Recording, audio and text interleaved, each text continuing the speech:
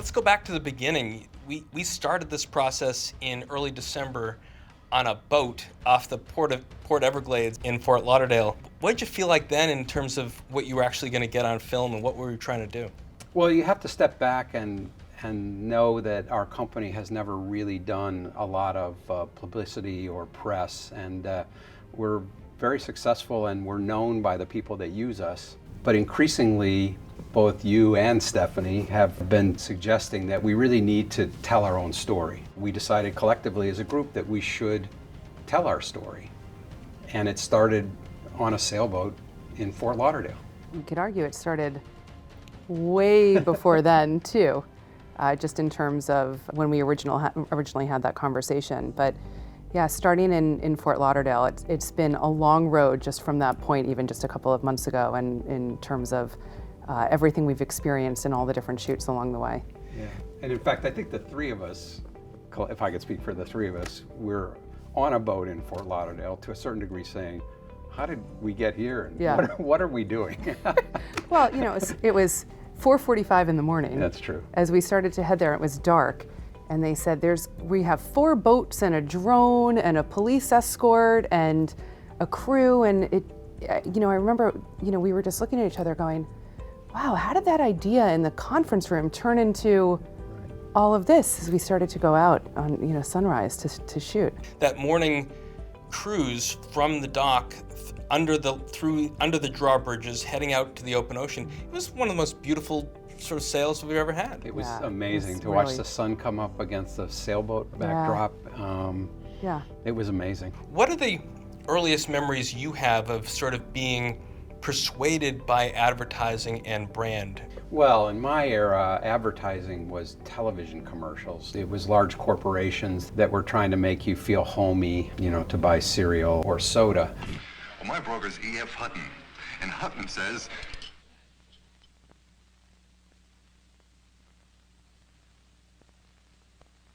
when E.F. Hutton talks, people listen. Today, messaging is so broad, and the mediums that are used are so different than serialized television shows. Yeah, it's funny, when I think back to my first memory when I was young, I remember watching cartoons and seeing commercials and thinking, God, I want that. I just want that. Just the trigger of wanting something. But as I got older, probably in high school, having a real appreciation for Coca-Cola ads, because there was something I found so moving about them. Even if I didn't really want to drink a Coca-Cola, there was something that I thought was really special about the way that they told that story and the emotion.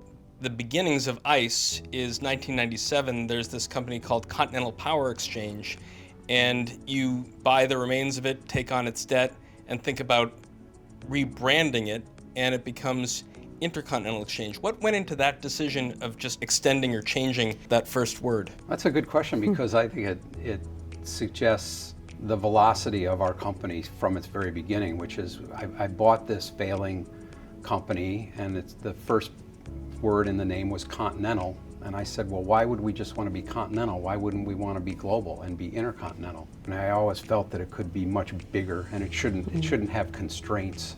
And certainly the name shouldn't constrain it. And I think today we could argue that the name that we do have, Intercontinental Exchange, is actually constraining. I'll tell you a funny story. When we first started the company, in our industry, in the exchange industry, everybody calls exchanges by their initials. And so ICE became attached to us right away, but ICE.com was an online jewelry store. And we didn't want to be called ICE because anybody that may have gone to our website at that time, in the .com boom, you were your website to a certain degree, would have ended up at this jewelry store. Eventually, when we became more successful, I bought the jewelry store. It was early, mid 2017. I think you had just done an investor day here at the NYSC. And I was listening to some of your co-founders and colleagues, how frugal they were going to be and how watchful Jeff was going to be about expenses. So, Jeff, it's not cheap to make an ad or to invest a lot in your brand. How did you sort of make the evolution from we're super successful the way we are to let's invest more? We live in a highly competitive environment in this company, and we want to make sure that our story is told, and at least we have a seat at the table in telling our story. We have a good story to tell, and why wouldn't we tell it?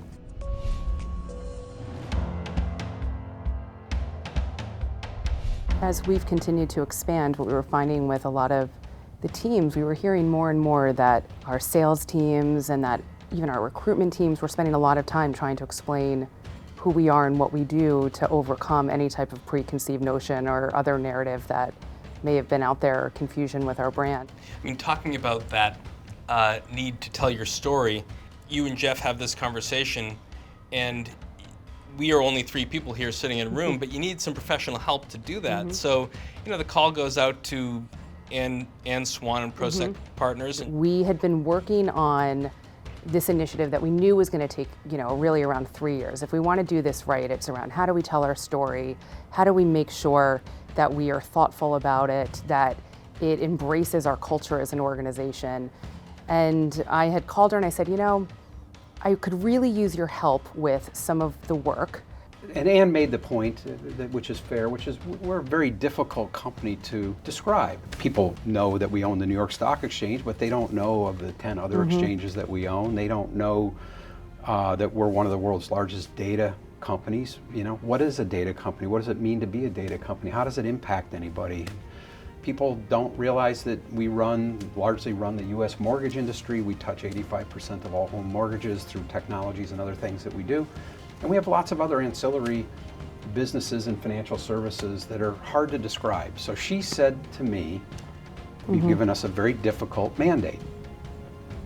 To which I said, may I borrow your laptop? And I called up the YouTube show, Odd Life Crafting, which, as you both know, is a young Brazilian couple who's refitting a sailboat that had been abandoned for over 20 years.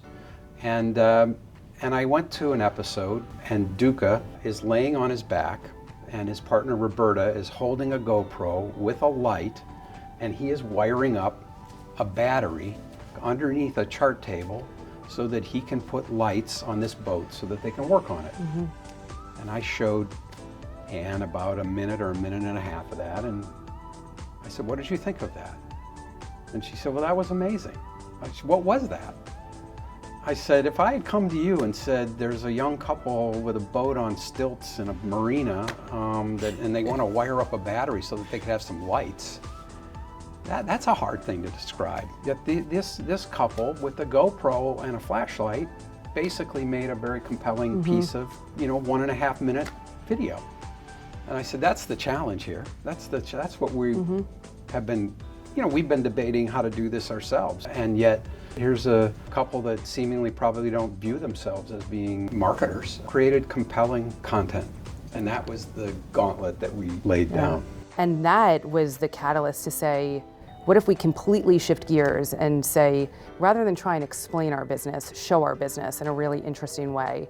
And if we were true to who we are as a company and we say transparency is very important to us and authenticity is important to us, how would we do that? We're going to have to really put some thought into who you guys feel would be a good representative. And I said, well, we've talked a lot about the inspiration of this video are these people that we're finding that we're connecting with, and why wouldn't we have them do it? They've already connected with us in some way. We've already found them to be compelling.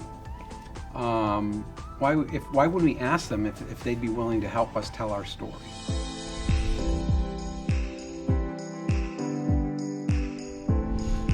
We said, okay, well, we have to get Duca and Ro, film them on a sailboat in Brazil. Which was so. In times of COVID. In times of COVID. So we saw the initial sketch, and we loved it. We loved the concept. It said we're going to take different people who can represent the business, and ultimately is where we ended up taking this. But we were sitting in this conference room after about 3 days working through this, and we decided, yes, the inspiration was this boat video. That's what really got us on the right path. How do we include them in that? And there was a little bit of just creative freedom, I think, to just think really differently. And I have said, one of the things that Jeff said to me is, look, go big or go home. We're either going to do it or we're not. And I view my role in all of this as being the one to bring together a really big creative idea and make it really true to who we are and our DNA as a company, and that it's aligned with our strategy and ultimately is going to do what we want it to do, which is just help explain our narrative in a way that's easy to understand. The ad itself, the full 60-second spot, really only contains 10 lines.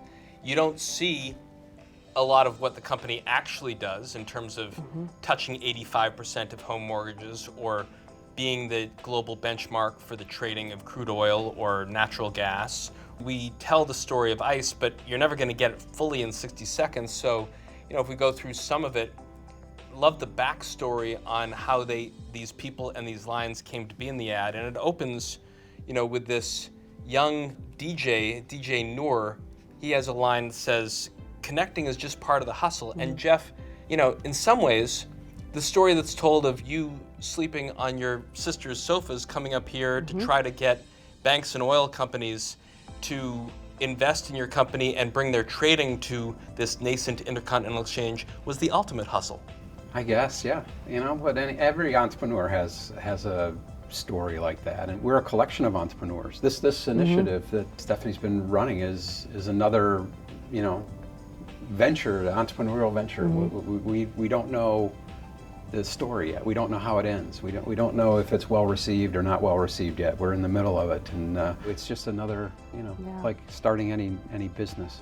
But I love that you pick up on that, because every line in that was used intentionally, and it was really important that we had a nod to the culture of the company. But the whole premise was, how do we just make it really easy for people to understand what we do? And regardless of what part of the business you're talking about, the connective thread is that we connect people to opportunity.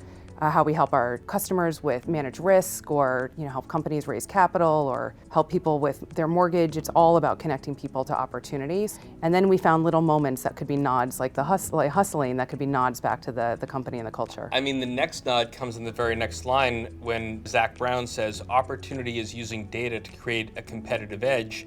You mentioned it earlier, Jeff, about how this company is a massive exhaust pipe of data. You bought Interactive Data Corporation in 2015 for $5.2 billion, but you also have a sort of an interesting connection to Zach and what his business is and what this data business is that is ICE. Well, I'm a frustrated auto racer. I mean, I thought when I was a young person that I would be an auto racer, and I went to driving school and raced in some amateur racing series, and I was terrible. But Zach is an accomplished race car driver. People may know him from his Netflix series and his job, running the McLaren Formula One team, but they may not realize he is an accomplished race car driver. So he's somebody that I admire and have followed and have watched him race, and it's a thrill to have him stand, in front of our brand now. But he and McLaren, like the customers of ICE, is a massive consumer of data. And I asked him about this when we were in London. They're constantly looking at telemetry from the vehicles. They're constantly looking at the biometrics of their racers and different inputs that basically will create a thousandth of a second advantage on a racetrack. But it all starts with bits and bytes. Right. Yeah, and again, we go back to the initial conversation, where Ann was saying, how do you describe a company that distributes and connects people with data? Like that's not a particularly sexy or compelling image. But, Zach standing in front of this amazing piece of machinery that can push a human being to its limits on a track is a fantastic visual to me. Well, the visual is fantastic, but their connection in what they're doing around data and technology and ESG, I think for us was such a natural place. It felt really authentic. It felt, it had the same edge that we feel ICE has, that maybe you see it more with McLaren and F1, but I think it was a really nice connection. The next line in the ad is sort of a twofer. It has two people talking, Peter Tuchman and Rose Hahn.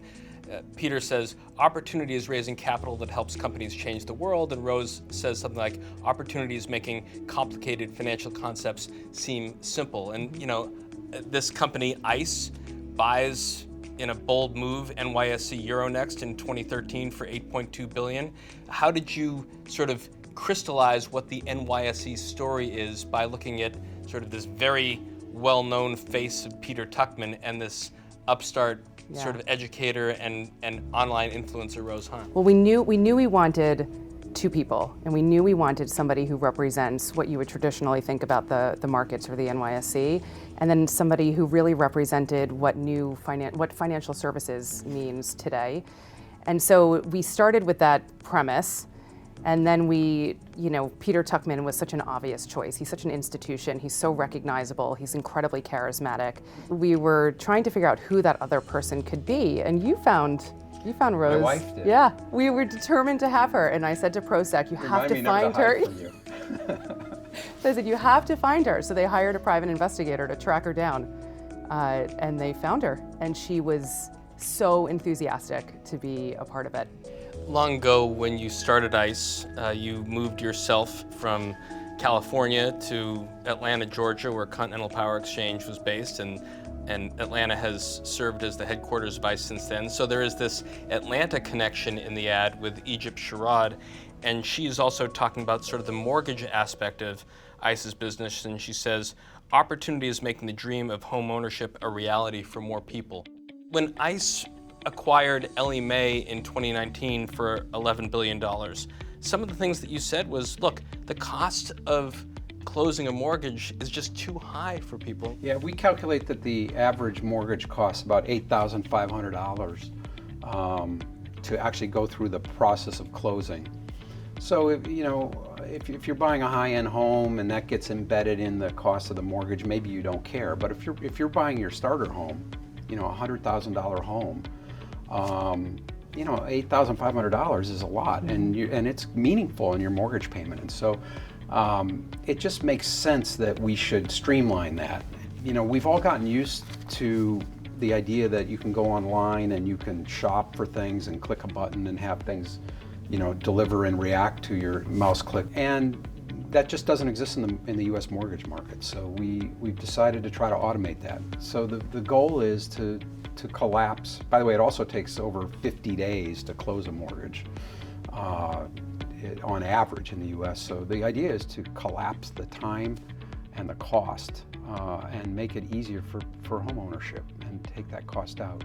And by the way, let me mention that Stephanie said, we're talking about connections in this and how we connect people, and we really need to connect ourselves to Atlanta. And so you were the one who found Egypt. How did you, finding Egypt, getting her to Montclair, New Jersey, where we shot that ad, no simple trick. It was not simple. So, but the idea behind it was we did want somebody from Atlanta that represented our headquarters. So we started there, which was not easy because we basically said, we want somebody from Atlanta who represents mortgage. And we couldn't have found a better person. Egypt has a real estate company there. She has a big online community. She has been doing a lot online with her husband throughout COVID in terms of online reality, all around mortgage, and she was the perfect representation. About halfway through the ad, Erin Ashley Simon shows up, and she's a gamer, and her line is, opportunity is writing new rules and redefining the game. And so we're only halfway through the ad, really, but that crystallizes the ICE message, which is, the old rules were analog, and the new rules are digital. Yeah, Erin Ashley, so you connected me to GameHers.